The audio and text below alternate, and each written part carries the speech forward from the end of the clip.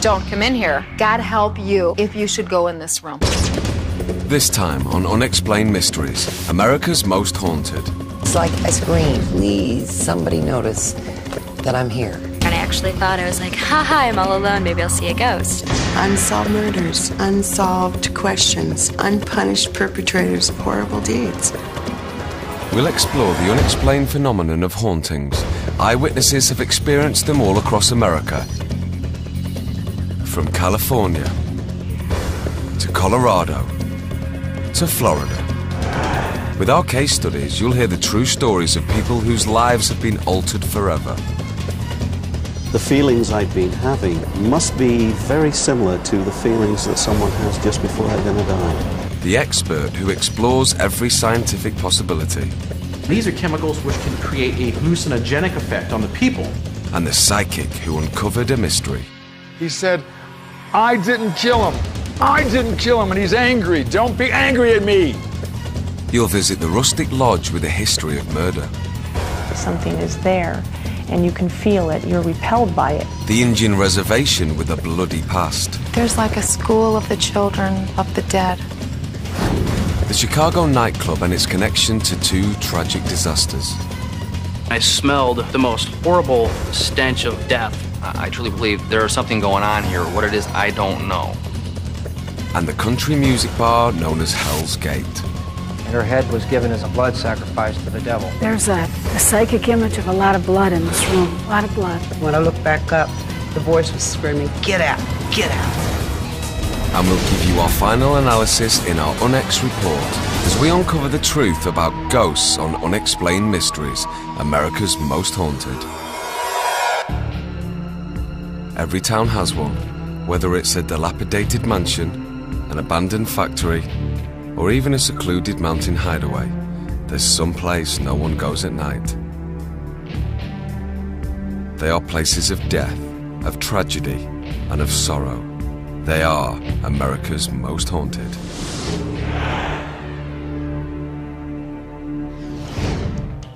It is a picture postcard retreat that has hosted some of the most famous luminaries of the 20th century. And then there are guests who never left.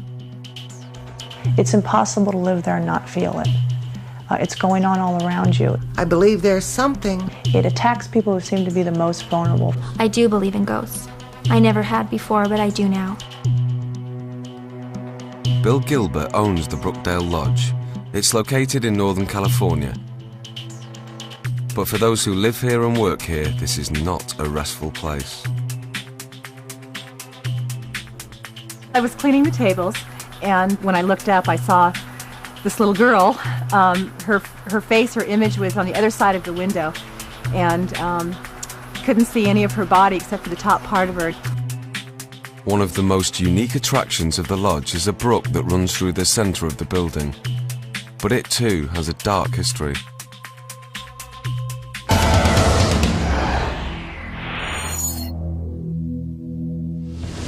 In 1955, a terrible flood raced through the lodge. And then the following year, just as they were getting back on their feet, the famous dining room burned down. Jennifer is Bill Gilbert's daughter. She lives at the lodge and has felt the power of the Brook Room. I walked into the Brook Room, that's where the river runs through the restaurant, and the second I walked into the room, a hot sensation came over my lips. Christopher Chacon and his team of paranormal investigators are here to rule out any natural causes. He examines the water running through the building. Maybe it holds some hidden clue. We look for radon in the air, toxic or hazardous chemicals, and these are chemicals which can create a hallucinogenic effect on the people and make them imagine that they're having experiences. Jennifer and her sister Kim are not so quick to dismiss the things that they have experienced. I live right in the lodge, and there's been the doors broken off of the hinges. There's been planks torn off the walls. It was from the inside, and it was like the tearing off of something supernatural. Psychic Sylvia Brown is here to find answers. She's drawn to the famous Brook Room. A crime plays out in front of her. All of a sudden, from the side comes a dark woman with a big braid. The child spins around, and the woman seems like she's pushing. Sylvia's revelation casts new light on a known piece of Brookdale history. One of the tragedies of that era was when the niece of the lodge owner drowned in the famous brook. Maybe this drowning wasn't an accident. Could this unpunished crime explain what is happening here? Christopher Chacon believes he has ruled out any natural explanation and feels he is left with only one conclusion. The experiences people are having here are very real, and that they are perhaps in some way a ghost or a residue haunting taking place. The area itself, and especially the lodge, is a very beautiful place, but there is an evil presence there. Georgetown, Colorado, outside Denver along the Westward Trail. Settlers came here to mine silver and stake out a future for themselves. 100 years later and the town looks the same. The silver is gone, but the buildings remain. Along with what people believe are the spirits of the pioneers who died here.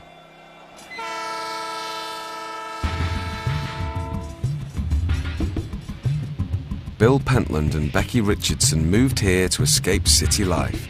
They fell in love with Georgetown's easygoing atmosphere and gentle pace. They bought an historic building and opened up the Full Circle Cafe. Right away, the couple noticed that something was wrong.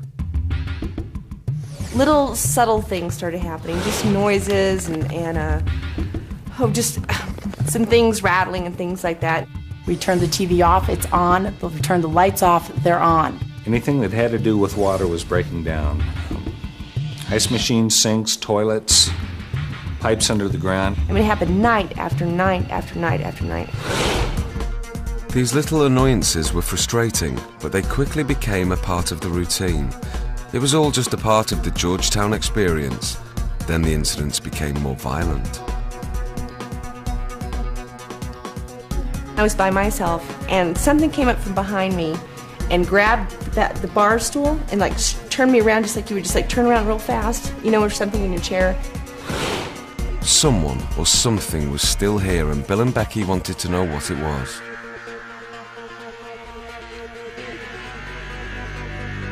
They contacted psychic Peter James, hoping he could provide some answers. My preliminary sense of what is within the structure, not necessarily here as we speak, is a male entity.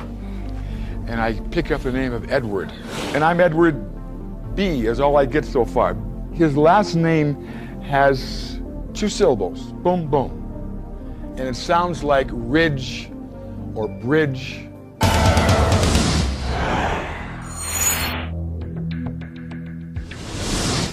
In 1867, Edward Bainbridge and John Martin were playing poker at Nichols' Saloon, now the Full Circle Cafe. When Bainbridge lost the hand, he drew his revolver and shot Martin in the face. And he said James was an SOB, and he made me angry. But there's something around his neck. And he also talks about being around some rocks. I don't know what that means, but he's around some rocks. An angry crowd dragged Bainbridge to a place known as the Point of Rocks and hanged him. And he said, I didn't kill him. I didn't kill him, and he's angry. Don't be angry at me. When the mob returned to Georgetown, they discovered that Martin didn't die. Bainbridge hadn't killed anyone. What I get is the reason why he's here is because he wants us to know that he was accused of something that either didn't happen or he didn't do it. And until that's made public, he's not going to rest. Next up, more of America's most haunted. The Native American reservation with a history soaked in blood. When I left the land, I was at the point of tears. I can't say what it is, but there's definitely something in the basement. 2 disasters tied to a Gothic nightclub in downtown Chicago. It's like, haha, I'm all alone, maybe I'll see a ghost. I smelled the most horrible stench of just death. I truly believe there is something going on here. What it is, I don't know. Blood Alley, America's most haunted highway. I was so scared I just kept trying to get as fast as I could to get out of there. And the country western bar that stands at the gateway to hell. Satanic worshippers went there at night to worship and praise the devil. And when I looked back up, the voice was screaming, "Get out, get out." A psychic image of a lot of blood in this room. A lot of blood. And we'll give you the ultimate update with our Unex report. Stay tuned for more on Unexplained Mysteries.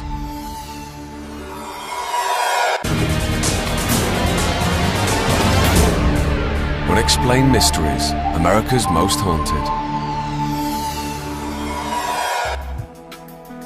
When I looked up, that's when I saw the woman in the road.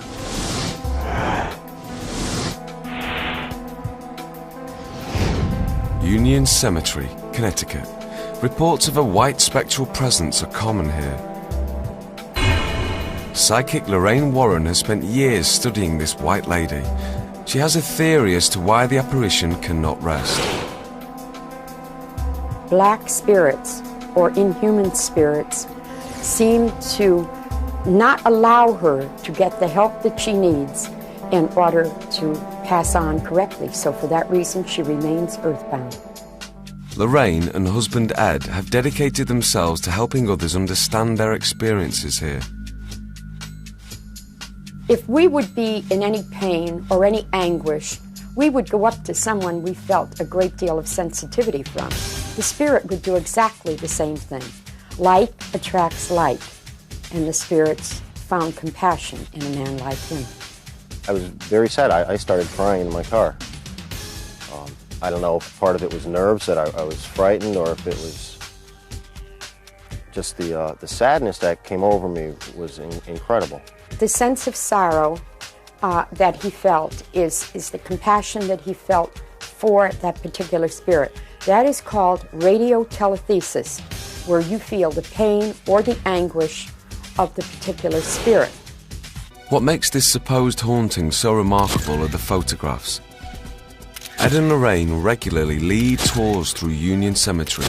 They guide the spirit photographers to the White Lady. See, you're not photographing a ghost. The ghost is implanting its image. There have been people from every walk of life who have gone into those two cemeteries, Union and Stephanie, and come out with fantastic psychic pictures. As long as the White Lady wanders this cemetery, Ed and Lorraine will continue to try and give her the peace she seeks. She was human one time. She still has human feelings, but she's very confused. For those who have crossed paths with the White Lady, it is an experience they will never forget. This experience has taken away any doubt in my mind that there is a life after death. Our spirit definitely goes somewhere.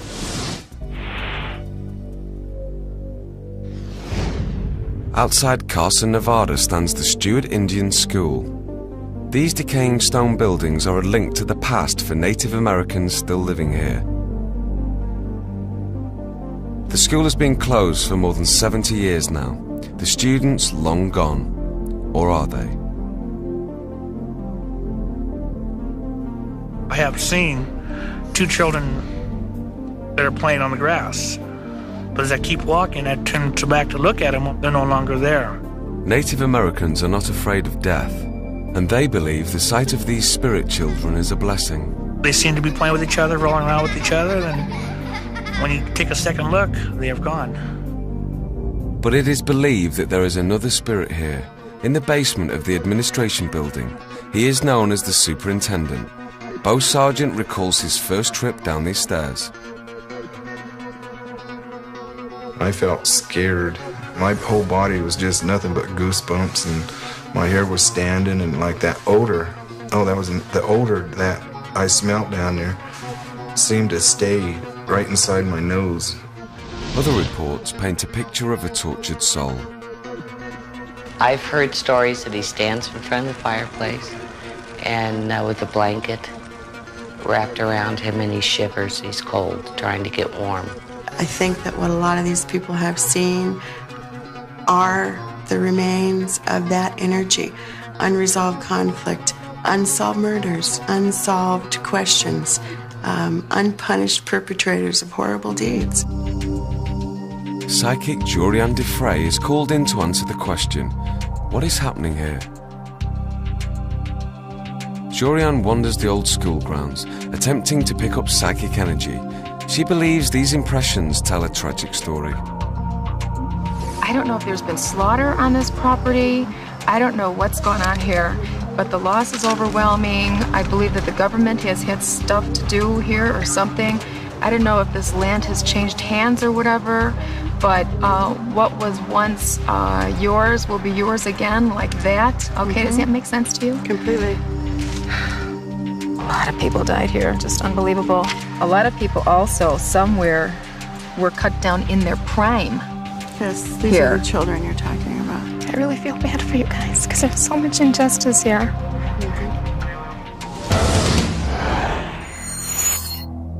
From 1890 to 1930, Native American children are forcibly taken away from their families. They are sent to the Stuart School to learn the ways of the white man.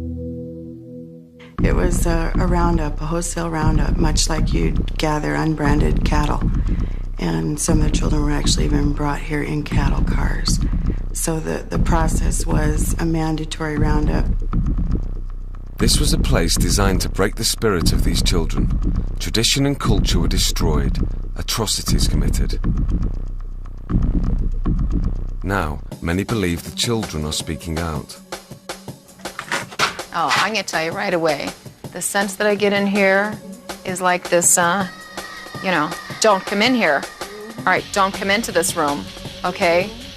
God help you if you should go in this room, okay? Like something or somebody is going to get you.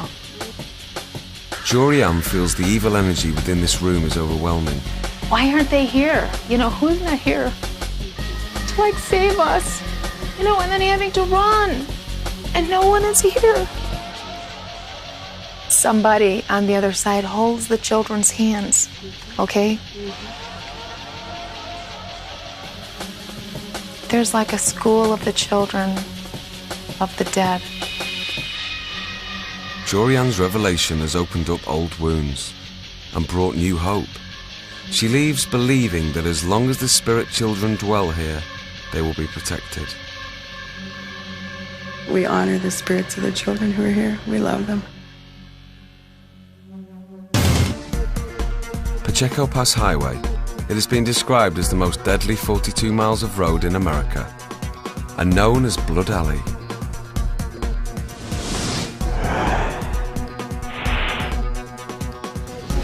Those who drive here say Pacheco Pass is haunted. I began to feel that I was being invaded. I saw a little girl with her hands pressed up to her eyes, screaming, "Help me, help me." I saw men hanging up on a hill, like somebody put them up on a gallows. It was like a montage of horror.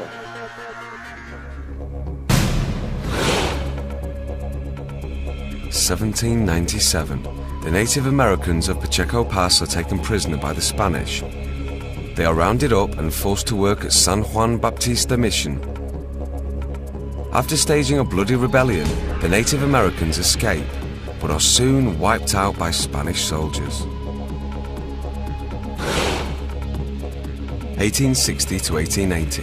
Famed bandits Joaquin Marietta and Tiburcio Vasquez used the pass as a hideout and hunting ground. They rob, rape, pillage and kill. Settlers are routinely attacked here. This trail to the west is soaked in blood.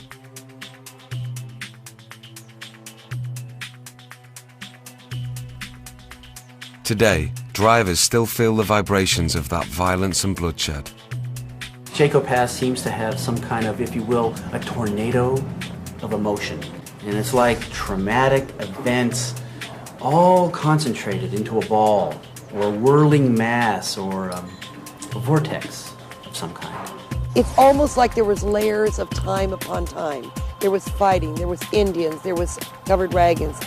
Everything that I experienced was like bloodshed, futility, despair.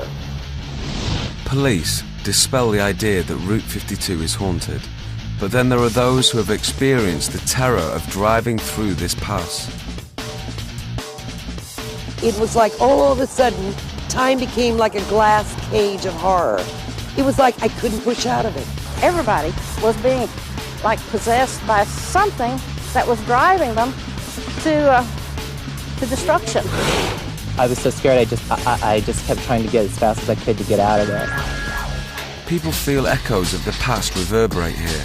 A bloody history replayed in the minds of drivers braving the road known as Blood Alley. I don't know that I can put my finger on it because I'd never delved into the psychic all that much and hadn't thought that much about ghosts and things like that. But I did have the feeling that death was around the next corner.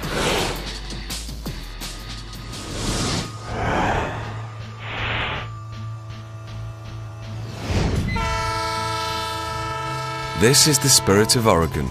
Passengers who ride the refurbished locomotive get a trip back in time to the age of gold rushes and robber barons. And it is believed a few spirits from the past are still along for the ride. The Spirit of Oregon is very much alive. But it wasn't until the maiden voyage that signs began to appear.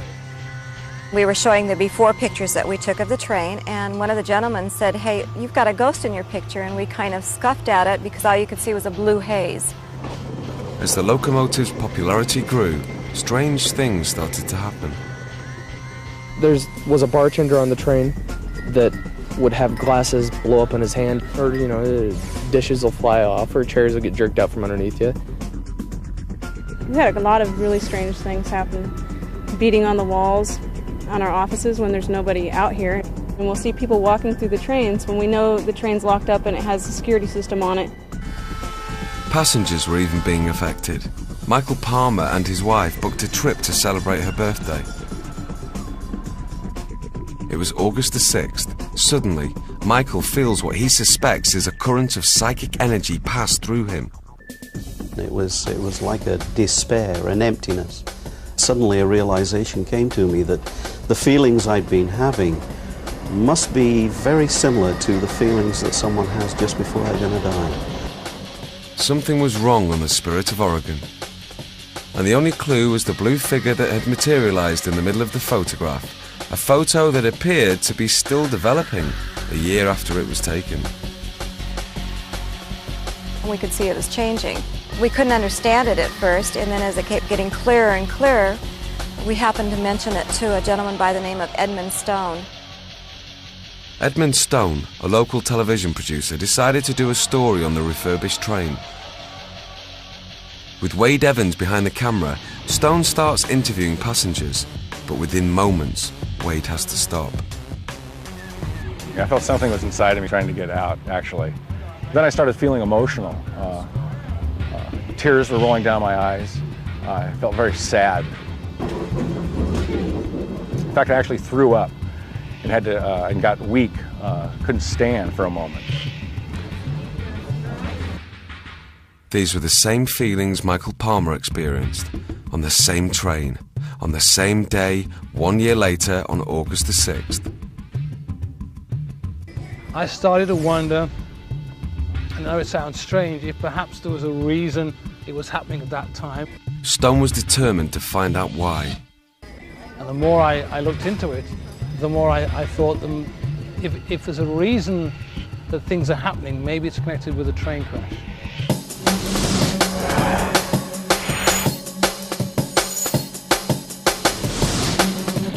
Southern Pacific 687 is on a routine run. It approaches a trestle under construction. Mary Jane Walker's father was on that train. Unbeknownst to them that all the support had been taken away from the trestle.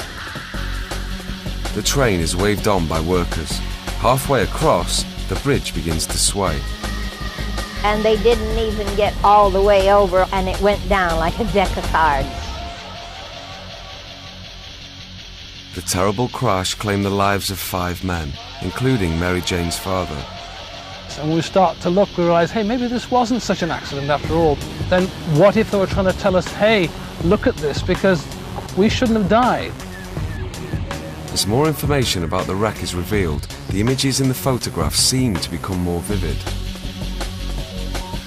You could see where they had the old-fashioned blue railroad shirt and the old-fashioned vest, and then you could actually start seeing a lantern hanging down. I'm a believer. I think that it had to come. Somehow, they had to get it out, the men. Their spirit would not rest until the truth was known about that damn wreck. Coming up on Unexplained Mysteries, the witnesses. It's just this really small voice just crying. I smelled the most horrible stench of just death. The evidence. There are two clear presences on that photograph. I thought it was fantastic that we had actually picked up energy on the photograph. The experts. It was a tremendous burst of energy. This is something that I don't think can be explained away in terms of simpler theories. The psychics. There's a lot of blood in this room. A lot of blood. The most haunted. Their blood was poured into a well. The well is known as Hell's Gate. And you'll get the ultimate account with our Unex report, coming up on Unexplained Mysteries.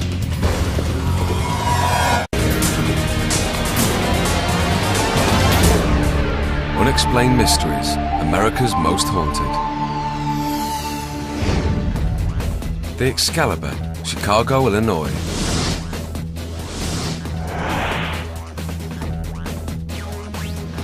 This nightclub attracts a daring and unusual crowd. It's a very underground club. A lot of the people that hang out in the club, they're into the occult. The darker aspects of the club scene definitely hang out here. And I'm sure a lot of that is due to the energy that's in this room. Some believe that this energy is the evidence of a haunting that has been experienced by everyone who works here. What we do before the club opens at night is just kind of run upstairs and do a bathroom check. And I ran up there and I ran in there and I actually thought, I was like, haha, I'm all alone, maybe I'll see a ghost. And went to wash my hands and I had heard crying, and at first I was like, what is that? And I stopped for a moment and it was just this really small voice just crying. I saw something right beyond this bar. I walked in to shut the lights off, and next thing I see is a white tuxedo feature with reddish hair glowing beyond the bar. I looked one more time to make sure, and it was gone. There was nothing there. I had one experience. I smelled the most horrible stench of just death, rotting flesh that I've ever experienced in my life. It was almost made me pass out. It was so intense. I truly believe there is something going on here. What it is, I don't know. At the Excalibur, the key to the mystery can be found in the building's tragic past.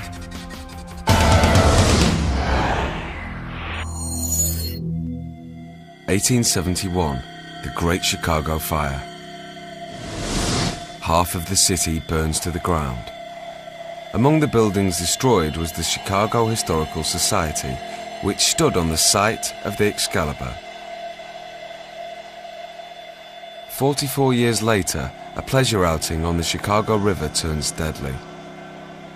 The Eastland, which was an excursion boat, capsized in the Chicago River, and the 2,500 people on board, about between 800 and 900 people died.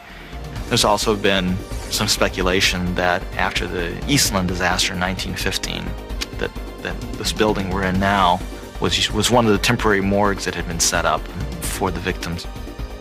Could the strange activity at the Excalibur be linked to these two disasters? The club owners called psychic Jorianne Defray and paranormal researcher Peter Moscow to investigate. Immediately, Jorianne starts picking up telepathic impressions. In this area, my chest is actually feeling pretty heavy. And I had heard a sense of watching out for the bodies before. Would this at one time have been a place where there would have been bodies or something? Well, when they had the big naval disaster in the Chicago River, the Eastman, yeah, the cruise ship capsized and there were hundreds of people that died. This room was used as a temporary morgue. Oh, this room was? Oh, Yes. Great. Okay. I get a sense that somebody's behind that bar. and almost like, I don't know, doing some kind of serving or something else to somebody else that's out here. And it kind of feels like they are not alive. One of the managers had an experience where he saw a bartender in a white tuxedo. Good deal. With reddish colored hair. You got it, Peter? Got something? It flashed just as I turned around here, right into this area. Oh, good deal. As I turned around, it went from about a 4.5 to 5 all the way up to the 15 on the dial there. So right in this area here, I believe you're going to find who you're looking for. Yeah. It was a tremendous burst of energy. A few moments later, Peter's camera goes off by itself. The resulting photograph is startling. Clearly, there are some abnormally strange streaks of light in this, which I cannot account for. I think it's the barman that triggered this abnormal photography. I thought it was fantastic that the camera had gone off by itself and that we had actually picked up energy on the photograph. Jorianne and Peter confirm what the employees of the Excalibur have sensed. They believe the spirits here are not evil. They are the lost souls born of the city's darkest moments. All they want is to be remembered.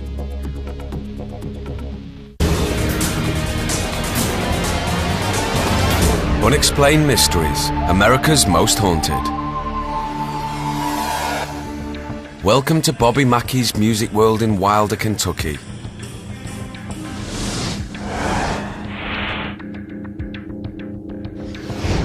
What patrons of this bar don't know is that it used to be a slaughterhouse. The blood-soaked floors tell a gruesome story to anyone who ventures inside this evil site. Satanic worshippers went there at night to worship and praise the devil due to the blood that was spilled there from the dead animals. Their blood was poured into a well. The well is known as Hell's Gate. When the slaughterhouse closed, the well was sealed up, but this building's bloody history was just beginning. In 1896, a girl named Pearl Bryant was beheaded somewhere in that area. Two men, Alonzo Walling and Scott Jackson, were arrested for that crime. The killers were sentenced to death, but they never told police where the head was, even after the judge offered to spare their lives. The rumors that have abounded here for years is simply that these two men were satanic worshipers and her head was given as a sacrifice, a blood sacrifice to the devil, and they would rather die than suffer Satan's wrath. Pearl was 5 months pregnant when she was murdered. The father, one of her killers. Pearl's head was never found, but it is believed her spirit still haunts this country western bar. Many people have sworn they've seen the form of a headless girl floating through the nightclub, moving through the crowd when the band's up on the stage playing. Yeah, I won't come in here unless I have to by myself, because this is a very dark, eerie, weird feeling building. Echo Bodine is a psychic. She attempts to channel the energy and forms a picture in her mind, but when she enters the basement of Music World, Echo is unprepared for what happens next. There's a psychic image of a lot of blood in this room. A lot of blood. A lot of hatred. Definitely an energy here that does not want me to do any of this. All right? I mean, it's really strong. Echo's visions convince the researchers that there is possibly more than one uneasy spirit here. There's been definitely violent death in this place, and sad death. I kept hearing voices crying about the broken dreams of this place. The broken dreams that trace back to a tragic love story from the 1930s. There was a dance hall girl there named Johanna. She became pregnant by a man named Robert Randall, who was a singer at the club. Her father supposedly had Robert Randall killed. This was according to a diary that was found inside the nightclub. She consequently poisoned her father and herself and committed suicide inside the same nightclub. Johanna, according to the diary, was 5 months pregnant. At the time of her death, Pearl Bryan was also 5 months pregnant, and Bobby Mackey had his own connection to the building's dark history. At 1 day old, his umbilical cord, where the doctor had severed it, had ruptured and he almost died. For some unknown reason, his mother changed his name to Robert Randall Mackey. Robert Randall, the same name as the singer. I didn't want to hear it. And I told him, in fact, to keep quiet about it. I didn't want to get in around because I had everything I owned stuck in here. And I had to make a success of this some way or other. Then, Mackey's wife, Janet, had her own encounter, supposedly attacked by an unseen force. She too was 5 months pregnant.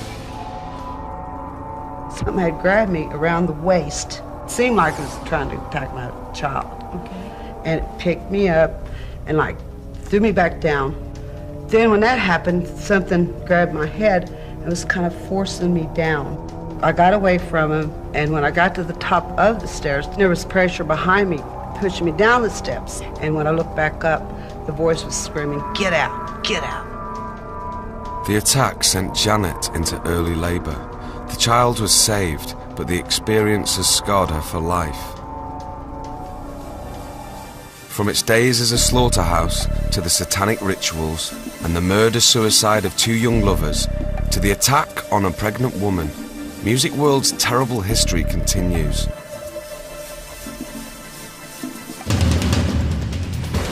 Next, the Unex Report. We'll examine the evidence and answer the questions: what causes a haunting? Is it a residual energy absorbed into the environment? Or do the spirits of the undead walk among us? Or could it be something else that we don't understand? What does the White Lady have in common with the demons of Hell's Gate?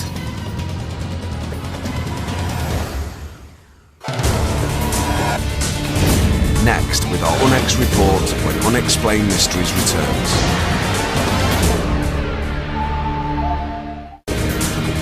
Unexplained Mysteries, America's Most Haunted.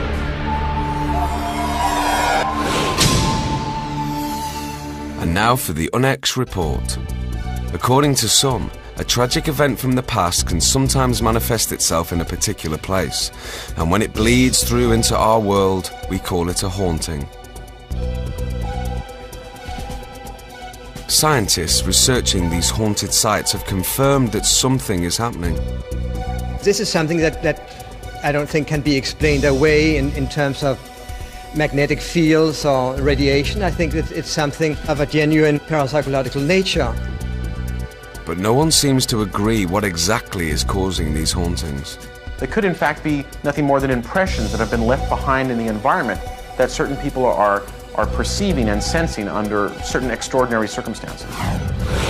Eyewitnesses have nothing more to go on than the uneasy feeling they experience inside one of these supposed haunted sites. The second I walked into the room, a hot sensation came over my lips. You get a really weird feeling as you're going down the stairs. Almost like she was reaching out, not to get me, but reaching out for something. Can a psychic vision offer any answers? There's like a school of the children of the dead. And they sit all by the water, waiting for you to come talk to them. There's definitely an energy here that does not want me to do any of this, all right? I mean, it's really strong. He said, "I didn't kill him. I didn't kill him," and he's angry. "Don't be angry at me." Even when I left the land, I was at the point of tears. Sometimes the haunting can be traced to an actual event, a train crash. Their spirit would not rest until the truth was known about that damn wreck. A satanic murder. There's been definitely violent death in this place. A forgotten atrocity. Unresolved conflict, unsolved murders, unsolved questions, unpunished perpetrators of horrible deeds. A historical disaster. Would this at one time have been a place where there would have been bodies? And there are those who believe that hauntings are caused by lost spirits unable to pass on to the other side. But she's very confused. She doesn't realize what's happening to her, and she's trying to find out. This experience has taken away any doubt in my mind that there is a life after death. The only thing we know for sure is that people who experience them will always believe. But for us, it remains an unexplained mystery.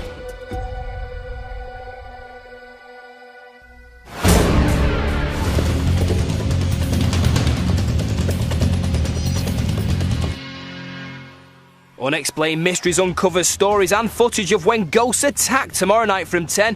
Coming up after the break, we get down and dirty with the ladies who are always having the willies put up them. See you for Laid Bear next.